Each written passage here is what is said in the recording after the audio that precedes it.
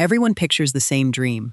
Buy the club, lift the trophy, become a hero in a town that will love you forever. In December 2018, a 134-year-old English football club was sold for £1. 8 months later, it no longer existed. Here is what this actually costs. Start with the purchase price itself, and it swings by orders of magnitude depending on where you're buying in. A National League or League Two club can change hands for £500,000 to £5 million. A League One club typically costs £20 million or less. Move up to the Championship and the number jumps hard. Aston Villa sold for £76 million in 2016, and that was in their first season outside the Premier League. Premier League ownership starts in the hundreds of millions. Liverpool changed hands for £435 million in 2007, and Fenway Sports Group later paid £300 million just to take the club out of that deal's wreckage. Then come the hidden regulatory costs nobody prices into the dream. Every prospective owner must pass the league's owners and directors test before a deal can even close. Academies are licensed in tiers, and running a top-tier academy costs millions of pounds a year just to maintain accreditation, regardless of whether a single player from it ever plays a first-team minute. Move up through the divisions, and your stadium has to meet minimum ground grading standards, seating capacity, floodlighting, safety certification, and clubs promoted without a compliant ground have been forced into 6- and 7-figure emergency construction just to be allowed to play in their new division. Add the purchase price, academy licensing, ground compliance, and the working capital needed to survive a season before broadcast money arrives, and a serious push into the Championship or Premier League routinely requires north of £50 million to £100 million in year one alone, before a single trophy is within reach. Wages exist because players are the product, and they dominate the cost base like nothing else in this industry. The Premier League's aggregate wage-to-revenue ratio sat at 64 to 65% across 2023/24 and 2024/25, according to Deloitte, meaning for every pound a club earns, roughly 65 pence goes straight to payroll before anything else is paid. Transfer amortisation is its own recurring cost. Clubs spread a transfer fee across the length of a player's contract rather than expensing it in 1 year, which is why Chelsea became the first Premier League club in history to cross £200 million in amortisation charges in a single season. Agent fees are paid in cash, immediately, regardless of amortisation schedules.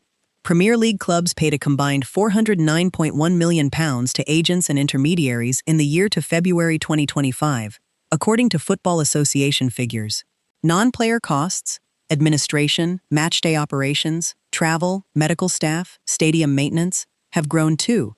Other operating expenses as a share of Premier League revenue climbed from 19.8% in 2018-19 to 27.7% by 2024/25.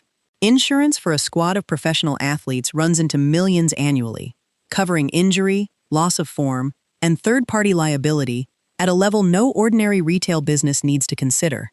Stack wages at roughly 65% of revenue, other operating costs near 28%, agent fees, and amortization, and a typical club is committing more than 90 pence of every pound in revenue before it has covered a single non-football overhead. Here's where the dream gets thin. Premier League clubs generated a combined £3.4 billion in broadcast revenue in 2024/25, and total league revenue across all 20 clubs reached roughly £6.3 billion the season before, according to Deloitte. Split unevenly, the Big Six alone captured close to £3.5 billion of that, but even the bottom 3 clubs in 2024/25 still banked over £100 million each. Leicester City took home £116.9 million, Ipswich Town £111.1 million, Southampton £109.2 million, largely from broadcast distribution alone. Multiply that revenue by the cost stack from Section 2, and the picture flips fast. Wages alone consume 65 pence of every pound. Other operating costs take another 28 pence. Once agent fees and amortization are layered on top, the league's aggregate adjusted EBITDA fell to just £573 million in 2024/25, an operating margin of only 8.4% across the entire Premier League combined. That's the punchline. A league generating £6 billion plus a year, and the collective operating margin barely clears 8 cents on the dollar. For most clubs outside the top six, that margin is thinner still, and one bad season can wipe it out entirely. That 8% margin assumes you stay in the league that pays it. One relegation changes everything. Relegation from the Premier League is the single event that destroys football club economics faster than any other.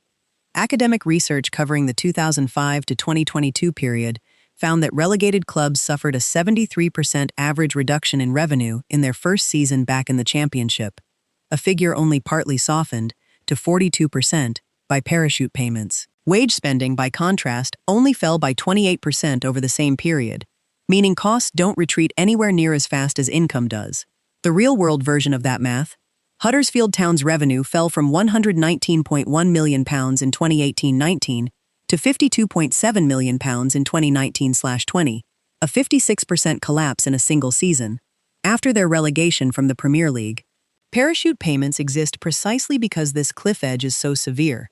Relegated clubs now receive roughly £49 million in year one, dropping to around £40 million in year two, and £18 million in year three, a total package worth over £100 million spread across 3 years, and clubs still end up tens of millions of pounds worse off.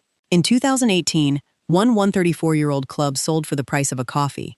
Within 8 months, its entire professional history was over. Bury Football Club was founded in 1885, won the FA Cup twice, and had just been promoted to League One in May 2019, after finishing second in League Two. On the pitch, the club was on the way up. Off the pitch, years of debt accumulated under previous owner Stuart Day, much of it tied to stadium redevelopment plans, had left the club close to insolvency. In December 2018, Day sold Bury to businessman Steve Dale for £1. By mid-2019, this reported debts exceeded £9.7 million, including close to £1 million in unpaid tax. A High Court winding-up petition was only dismissed after Dale proposed a company voluntary arrangement with creditors, a deal that automatically triggered a 12-point deduction under EFL insolvency rules. Bury then missed the league's deadline to prove it had the funds to cover its debts. A last-minute takeover bid from a firm called CNN Sporting Risk collapsed on 27 August 2019, and that same day, the EFL expelled Bury from the league, the first club expulsion from English professional football since 1992. This was not a squad that underperformed. Bury had just won promotion. This was a debt structure built on stadium borrowing and a £1 ownership handover that neither the club nor the league's financial rules could absorb. Industry structure, not incompetence on the pitch. Here's a cost that rarely shows up the way it should on a projection: agent fees. Because transfer fees are amortized over a contract's length, a £30 million signing on a 5-year deal looks like a manageable £6 million annual charge on the books. But the agent fee attached to that same deal, commonly 5 to 10% of the transaction value, is paid in cash, up front, in the same transfer window. Walk through a real transaction. A club signs a player for £30 million on a 5-year contract. On paper, the amortization charge of £6 million a year looks entirely sustainable against a £150 million revenue base. But the agent fee on that deal can run £2 million to £3 million, paid immediately, in cash, in a single window, alongside every other signing that same summer.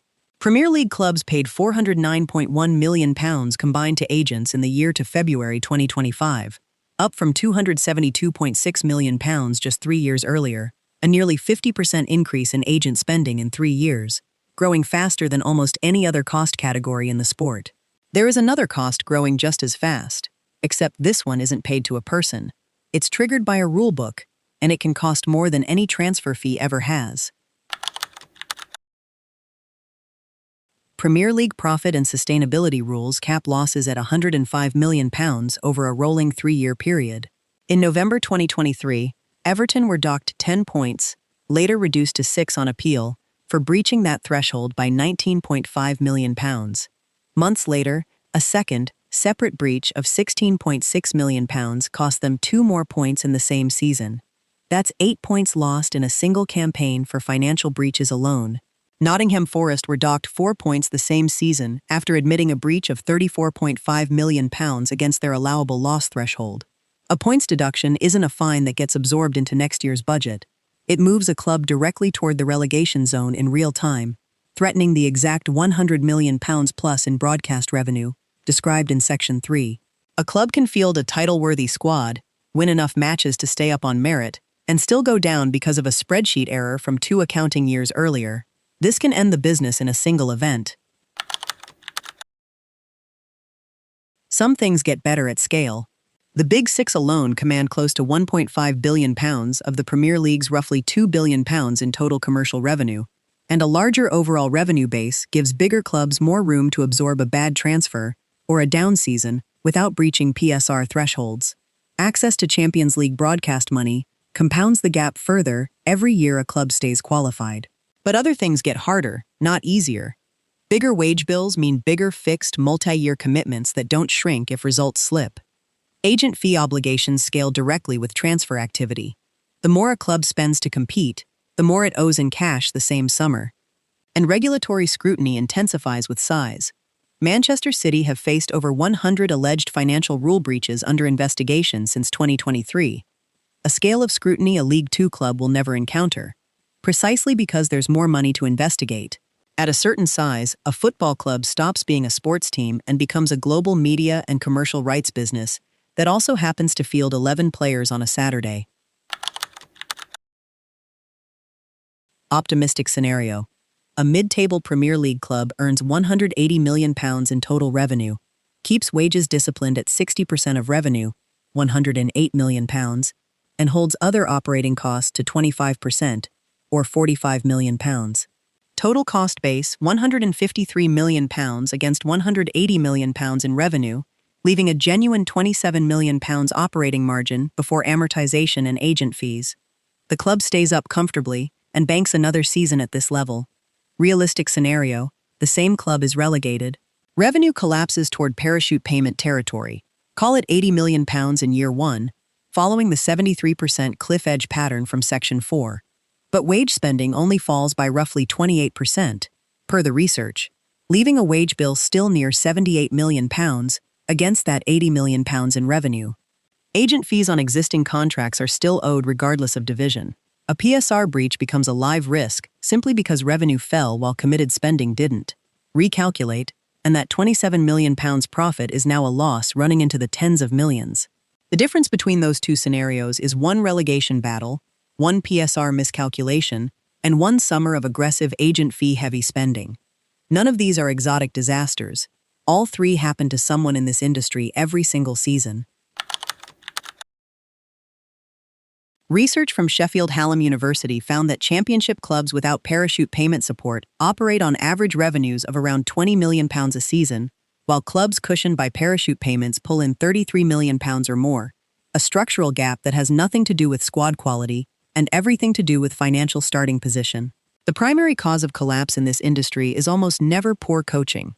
It's a debt or wage structure that can't survive one bad season, exactly as it played out at Barry. Survivors share specific habits.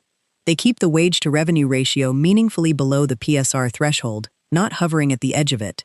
They treat agent fees as an immediate cash flow line item, not something amortization quietly hides. They build revenue that doesn't depend on Premier League broadcast money alone, commercial deals, academy sales, a diversified fan base. They avoid funding stadium or infrastructure projects through owner personal borrowing that can be called in overnight, the exact failure mode that ended Barry. And they write relegation clauses into player contracts so that wages fall automatically the moment broadcast revenue does, rather than staying fixed against a collapsed income base. That trophy-lifting dream is real. Somewhere, this season, an owner will get to hold one up. So is the £1 sale price of a 134-year-old football club, and the 8 months it took for that club to stop existing entirely. Owning a football club isn't buying a trophy chase. It's managing a 65% wage business, one relegation, one rule breach, or one bad transfer window away from a cliff edge with your name on it. If this kind of numbers-first breakdown is useful, subscribe. There's a lot more of this coming.